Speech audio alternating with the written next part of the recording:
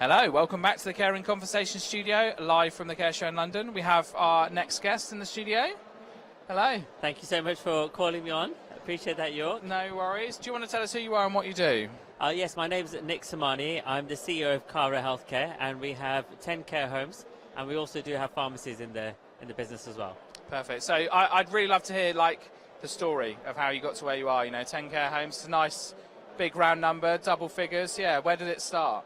I graduated as a pharmacist after university, and I realised I wanted to do something more. And an opportunity came my way, which was a care home. It was a lovely building, but it wasn't a home, and it was in trouble with CQC. It was trouble with the local authorities, and financially in trouble with the financiers as well. So I didn't have the financial capacity to buy a home at that point in time. Barely had £1 for my meals at that time. So I had to find an innovative way to buy this home. It was a beautiful building, but it's the people who make it at home, right? So people buy into people, not buildings. I always say that. So I need to find a way how I could actually get into care homes, because the banks wouldn't lend to me as a first-time buyer. And I came up with this idea of buying this care home for £1.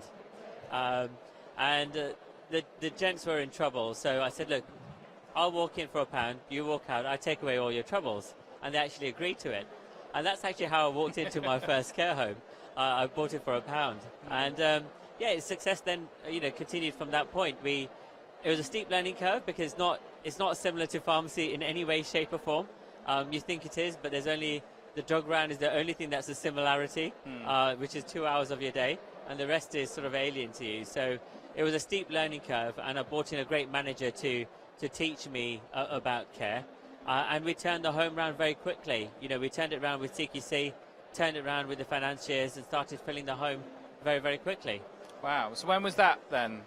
That was back in 2013. Wow, okay. So Yes. It's been a pretty quick journey then, pretty quick growth from that point. So then from that point you sort of took, a year or something, and then started buying more homes? So we took another troubled home on. I didn't learn from the first that it was too much work, so I thought I'd do it again. We took another home on, and we did exactly the same thing. Turned that home around. And then we did it quite a lot for many different people, turning homes around for them. But then in 2023-24, I knew I wanted to grow further. I wanted to grow Cara further. So we decided to build Cara as a group. And we added our third in 2024. And then we added another 7 more in the same year. So we added 8 homes in total last year. Yeah. 6 out of administration, and some others individually. And then we grew to 10. Yeah, so the last couple of years have been probably a bit head spinny, I'd imagine then. Well, yeah, I think the last 4 or 5 months have been that, and we've been adding more homes since then. So it's been about consolidation really for us. We want to consolidate our homes and make people love Cara, love our process, make them actually feel what our process is and actually works. And getting people to buy into that process takes some time. So that's what we've been concentrating over the last 3-4 months, and we've come a long way into that journey. How does that, the process of going from 3 to 10 in one go, how does that, what do you do? Do you sort of go through, I guess it gives you the opportunity to solidify that head office function, so you can... because I suppose that's part of the way you get economies of scale with this stuff, is that you can start to centralise some administration functions, so the organisation can concentrate on care. So how did that sort of jump? Did the existing company you brought with the 7 come with that administration function with it, or did you have to build that out quite quickly? So I knew when we needed to grow, we had to put our head office staff in, we had to put in additional support in prior to us growing, and that was key, because you can fall quite quickly if you grow that quickly as well. So it was important to put the right key people in place. So we actually spent a year beforehand putting the right people in place and bringing them into the company. Once we did that, then we added the homes on. So they didn't really come with the back-end support, the head office support. That was already built prior to taking those homes on. So that was crucial for doing that. We believed in our model, so we knew our model works. It was pretty much plug and play, but it needed the people to to implement that model. The plugging that model is the hardest part. The rest is easy. Yeah. So that's what we did. So so talking about the model then, so what is it in terms of like fund? Are you focusing on local authority? Are you bringing private play clients in? What's your sort of base model for the home? Yeah, I think the model in that sense, it related more quality. So we needed to make sure that our quality process was in place. So that may be all our folders, our paperwork, our processes, our procedures, all of that needed to be in place. And once that was in place, we could actually then plug and play that particular model. Working around whether it's local authority or private is really individual to each home, right? So it depends on the area that the home is in and the market around those homes as well. But I always say that even the local authority are willing to pay if you're willing to provide good quality care, and it all depends on good quality care. Yeah. Private people are willing to pay more money as long as the fact that you're providing good quality care. Yeah. I think too often when people look at the bottom line first, it fails. Quality must always come first. Once quality comes, the rest is a byproduct. Yeah. Then you can invest in your people, you can invest in your home for refurbishment, you could do all of those things. But that quality is absolutely key, in my opinion. So talking about then the quality, you mentioned learning and development was a key part of how you drive that quality. What's your kind of focus in that area then? Is there what's hot in training courses? What courses do you think, or what learning do you think that you can give to your teams that really make the difference?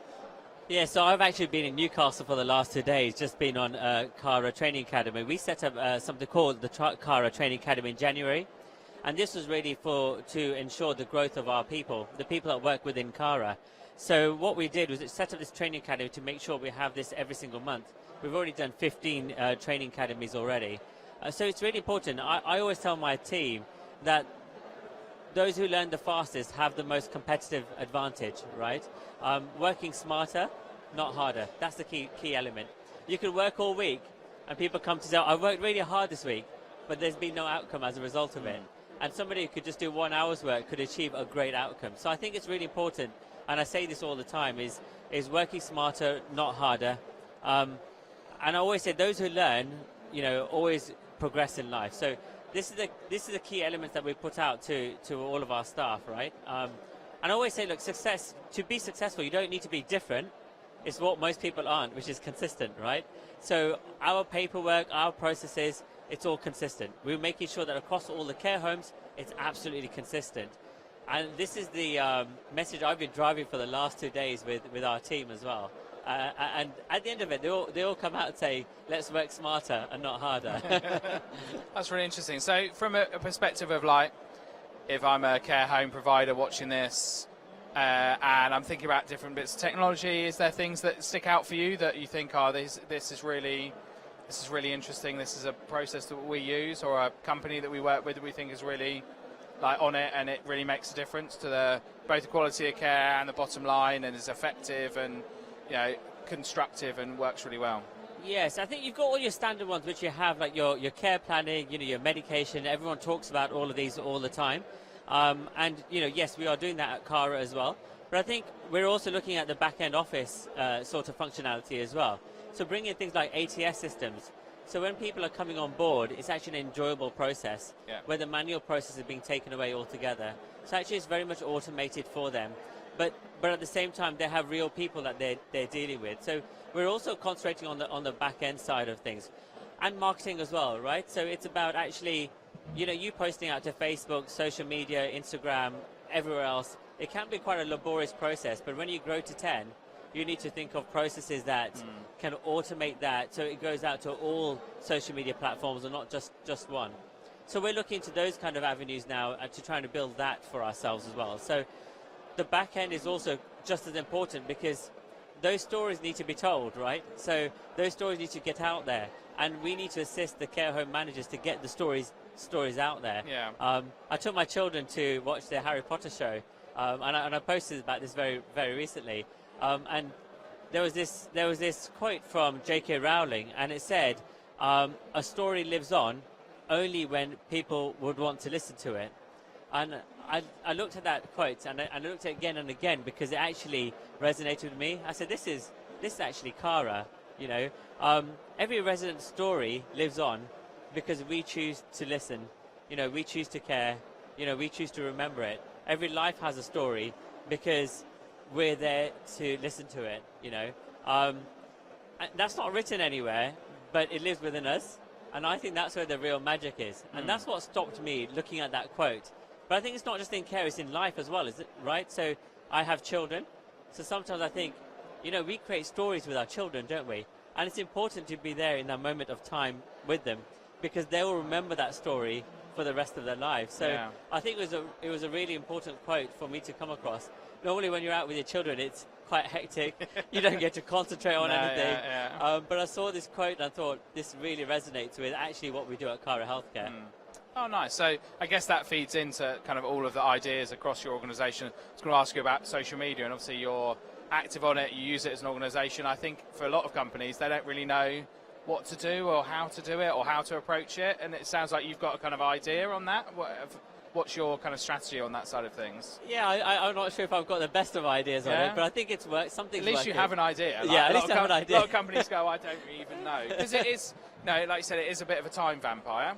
And sometimes you can feel like you're shouting into the ether. Yes. And you might not. It's a bit, I suppose, it's a bit like networking or an event like this, where you don't necessarily know when it's had the impact that you wanted it to. No. And I think everyone wants their story to be heard, don't they? And that's the key thing. You don't post on social media so nobody likes the post, nobody reads the post. When you talk to marketeers, they don't look at the number of likes, they look at the engagement on the post. And we've done really well at Cara, but also personally, I think it's been a bit of a personal journey and a personal growth for me as well, learning actually what marketing really is and what people really want to hear. And I think people want to be able to connect. I think that's the real thing. People want to be able to connect with a story which is in real life, not something that's made up, not something that you've just put together. I appreciate you've got things like AI. AI is huge. I just think using things like ChatGPT, using things like which is AI generated stories, they don't really connect with people. They do bring out stories, but if you really want to connect with people, I think they need to be stories that resonate with you personally in your life, that resonates with your audience.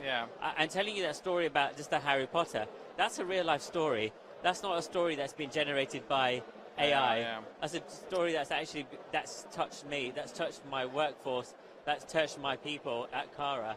So I think it's stories like that really resonate with people and get out there. It sort of challenges that idea that, when we hear stories, listen to music, that actually we appreciate that because of the story behind it. We might not think about that. So listen to an Ed Sheeran song and you like it, and that could be made by AI.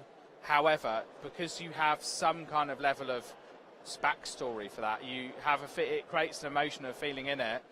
So I think, using AI to sort of tell stories, there's enough stories about, right? There's enough human stories, and I think AI is a great tool to help you be more efficient and more, can help us be quite creative sometimes, because it can give us weird ideas that we might never have thought of because it looks at it from a different perspective. But you don't let it run rampant, right? No. And a really good use case application I heard for care was asking it to interpret a question that might require someone to look quite deep into a policy. So, for example, to say you have your own AI and you ask it a question, would create a safeguarding issue according to my company's policies? And so rather than having to go right in there and interpret that policy yourself, you can use the AI to help you understand what the answer to that question might be and save you quite a significant amount of time. Absolutely. Or use that to inform you about people's behaviours or patterns that might help you deliver better care. So I think it can be used as a tool to enhance the human experience. Absolutely. I think AI is a wonderful tool and it has its place. It has its place in doing things exactly like you said.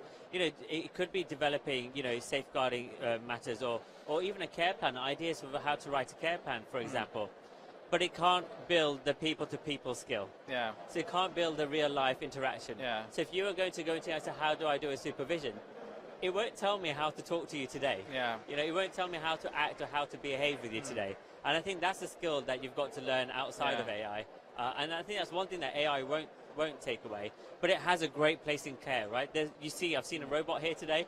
I have no idea what it's doing because I haven't been there, so apologies. It looked like someone was in the suit. It looked like someone in a suit, to be honest. I wasn't sure if somebody was actually in there or it was actually a robot. But But I was saying to some of the guys that I met today, it's actually coming. It's coming our way, and it's already there in a really, really big way. But I think if you want to be different and if you want to lead in a different way, AI isn't the only way to do it. It can certainly give you the push start, but you need to tweak it to your own way in order to lead. So to finish, I have a fun question for you. If you were a sandwich, what type of sandwich would you be? I don't need a lot of sandwiches. That's a really good question. No idea. What kind of sandwich would I be? Is this a trick question? Yes, it's just a question that might evoke a reaction like that, you know. So. I don't know. I would say a ham sandwich because my daughter really likes ham sandwiches. Perfect, there you go. White bread and butter, all good, yeah. Brown bread, yeah. I think it's make sure good you get healthy, yeah. Yeah, be healthy, yeah. Not that I'm that healthy, but yeah, absolutely. Well, thank you very much for coming and speaking to us today. It's been lovely to meet you and speak to you. Thank you so much for inviting me. Thank you. Thank you, York. Lovely. Thank you. We'll be back shortly with another interview. Actually, I think we might be on a break for a little while and then we'll be back. See you later.